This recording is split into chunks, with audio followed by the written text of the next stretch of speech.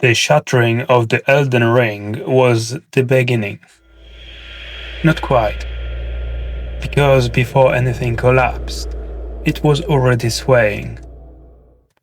The shattering was a consequence of intrigue, conspiracy, hidden plans, events that had gained momentum long before Marika's final act. Today, I will tell you about those events. Come, let's descend into the darkness where it all began. Chapter 1. The Night of the Black Knives. A night came, silent and inevitable, meant to be the dawn of a new order. A grand conspiracy to destroy the golden system required a sacrifice so great it erased the image of one adored by crowds and blessed by the Earth Tree, Godwin the Golden.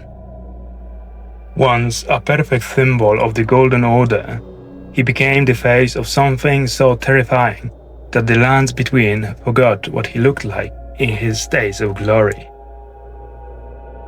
When the knife struck, they were imbued with the power of the Rune of Death, stolen by Ranni, who in her own words declared that she had stolen death itself. Gods did not die. They couldn't. Marika had removed the Rune of Death from the Elden Ring to grant immortality to the Golden Order. But Godwin was the first. His death sent shock through the lands between. He wasn't killed in body. His soul was stolen from him. And without its guidance, he remained alive but empty, rotting underground, spreading into foul network of death, entangling the roots of the world. The assassins of the Black Knights were no ordinary warriors. Their steps left no trace, and their blades carried more than death. They carried erasure. With daggers armed by the Rune of Death, they cut not only flesh, but soul, killing both, and leading to total annihilation of being. And yet, Godwin was not granted the mercy of complete death. That would have been kindness compared to what became of him.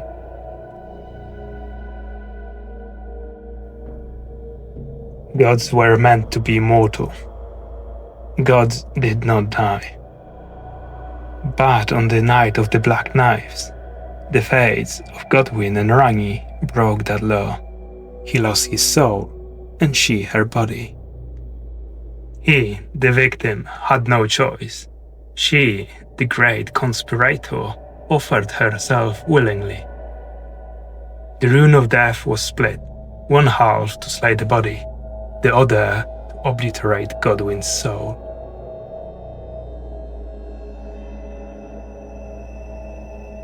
The Black Knives shattered the myth of immortality.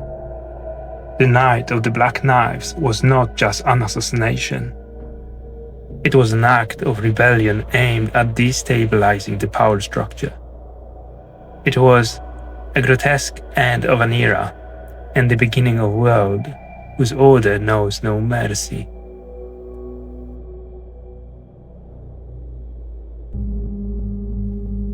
Chapter 2. The Divine Conspiracy.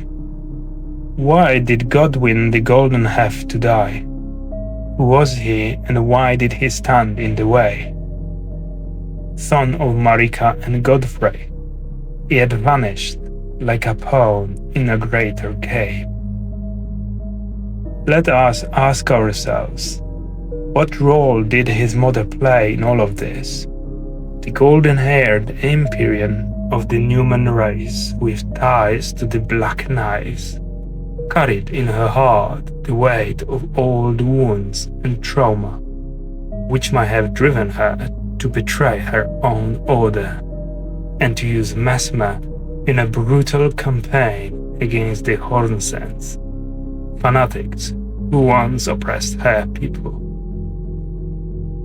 What could have mattered more than Godwin's well-being, the darling of the Golden Order? Why was the curse of foul and death a price worth paying? Why did Godwin have to suffer so much? And Rani, a demigod tied to Marika's divine duality, did they conspire together? What was her goal? How did she acquire the Rune of Death? We know Rani, with help from unknown allies, stole a fragment from Malikev, Marika's loyal shadow, to arm the Black Knives.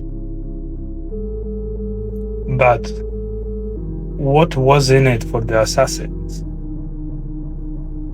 Their motives remain a mystery. It is unclear whether they acted under Marika's command, Rani's, or followed their own agenda. But their precision suggests they were more than mere pawns. So why? What drove the demigoddess, daughter of Renala, queen of the full moon, and Radagon to take up a forbidden weapon? Rani sought to defy an Otter god, to free herself from their oppressive yoke. As an Empyrean, she was a prisoner of destiny, forced upon her by the Two Fingers, servants of the greater will. The death of her body was the only path to freedom. She wanted release from the time of the Golden Order, from the fate dictated by the greater will. She knew that without a god's death, and the death of her own divine form, nothing would change.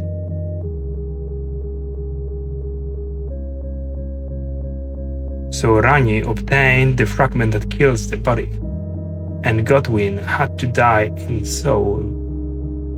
And Marika, Godwin's mother, a goddess, what was her role in all of this? Was she innocent? Was the shattering of the Elden Ring driven by a mother's grief over her beloved son? Or could Marika have secretly supported the theft of the Rune of Death? Maybe even planned its division. Her ties to the Black Knives arise suspicion. We know she removed the rune from the Elden Ring, and if so, then maybe there was a deeper, darker design.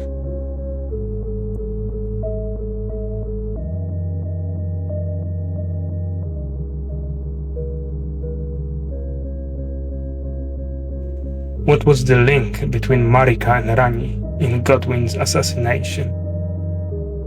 Did Marika aid Rani from the shadows? In the end, we do not know if she gave permission, but it was she who destroyed the ring,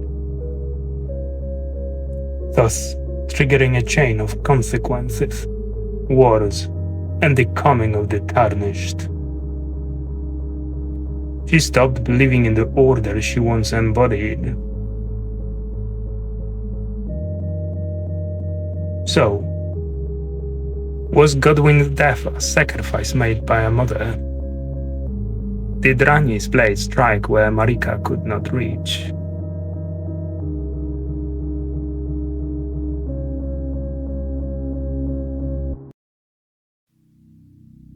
Chapter 3: Birth of the Prince of Death. After his death, Godwin did not pass on. He was not alive, but neither was he dead. His body became a source of corruption, a death unaccounted for, foul, alien to order, unprecedented. It began to deform the lands between. Godwin, once the Golden, in his repulsive, grotesque form, was crowned the Prince of Death. and became the source of a phenomenon of those who live in death. Spores, bodies full of roots, twisted faces. It was a new form of existence called rotting, eternal. But maybe that was the point all along, to kill a god. Not to destroy him, but to create something new.